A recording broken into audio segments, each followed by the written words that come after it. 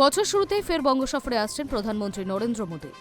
সূত্রের খবর, চলতি মাসের মাঝে তিনি জোড়া কর্মসূচি নিয়ে এই রাজ্যে আসছেন। সব ঠিক থাকলে উত্তরবঙ্গ ও দক্ষিণবঙ্গের দুই জায়গায় দুটি জনসভা করবেন প্রধানমন্ত্রী। তার প্রাথমিক প্রস্তুতিও শুরু হয়ে গিয়েছে।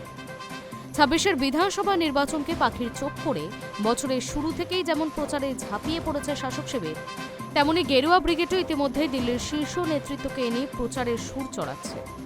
তারই অংশ হিসেবে জানুয়ারিতে প্রধানমন্ত্রীর এই বঙ্গ সফর বলে মনে করছে ওয়াকিবহল মহল। দলীয় সূত্রে খবর, আগামী ১৭ ও ১৮ জানুয়ারি বাংলার দুপ্রান্তে দুটি জনসভা পরিকল্পনা রয়েছে প্রধানমন্ত্রী।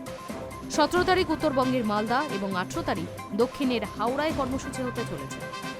বিজেপির পরিবর্তন সংকল্প সভায় বক্তব্য রাখতে পারেন নরেন্দ্র মোদী। যদিও সভাস্থল এবং প্রধানমন্ত্রীর বিস্তারিত কর্মসূচি সম্পর্কে এখনই মুখ খুলতে নারাজ বঙ্গ বিজেপি নেতারা। এই নিয়ে মালদা বা হাওড়া জেলার নেতৃত্বও এখনো কিছু জানায়নি। এর আগে গত ২০ ডিসেম্বর কৃষ্ণনগরের তাহিরপুরে জনসভা করার কথা ছিল প্রধানমন্ত্রীর। এই তাহিরপুর মতুয়াগড় হিসেবে পরিচিত। এসআইআরের প্রাথমিক খসড়ায় বহু মতুয়ার নাম বাদ যাওয়ার পরপরই মোদির জনসভার ঠিক কী বার্তা মেলে সেদিকে নজর ছিল আমজনতা। কিন্তু ওই দিন আবহাওয়া খারাপ থাকায় কুয়াশার কারণে মোদির কপ্টার নামতে পারেনি কৃষ্ণনগরে। তিনি দমদম বিমানবন্দর থেকে তাহিরপুরবাসীদের উদ্দেশ্যেই ভার্চুয়ালি ভাষণ দিয়েছিলেন।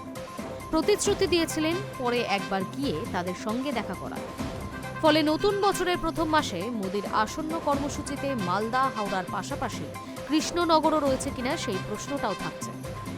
এদিকে জানুয়ারি মাসব্যাপী গোটা রাজ্য জুড়ে আবার জিতবে বাংলা নামে কর্মসূচি শুরু করেছেন তৃণমূলের সর্বভারতীয় সাধারণ সম্পাদক অভিষেক বন্দ্যোপাধ্যায়।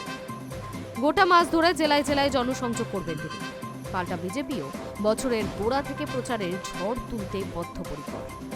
প্রধানমন্ত্রীকে দিয়েই সেই হাই ভোল্টেজ প্রচার শুরু করতে চলেছে, এমনই মনে করছে রাজনৈতিক মহল। Hi news network.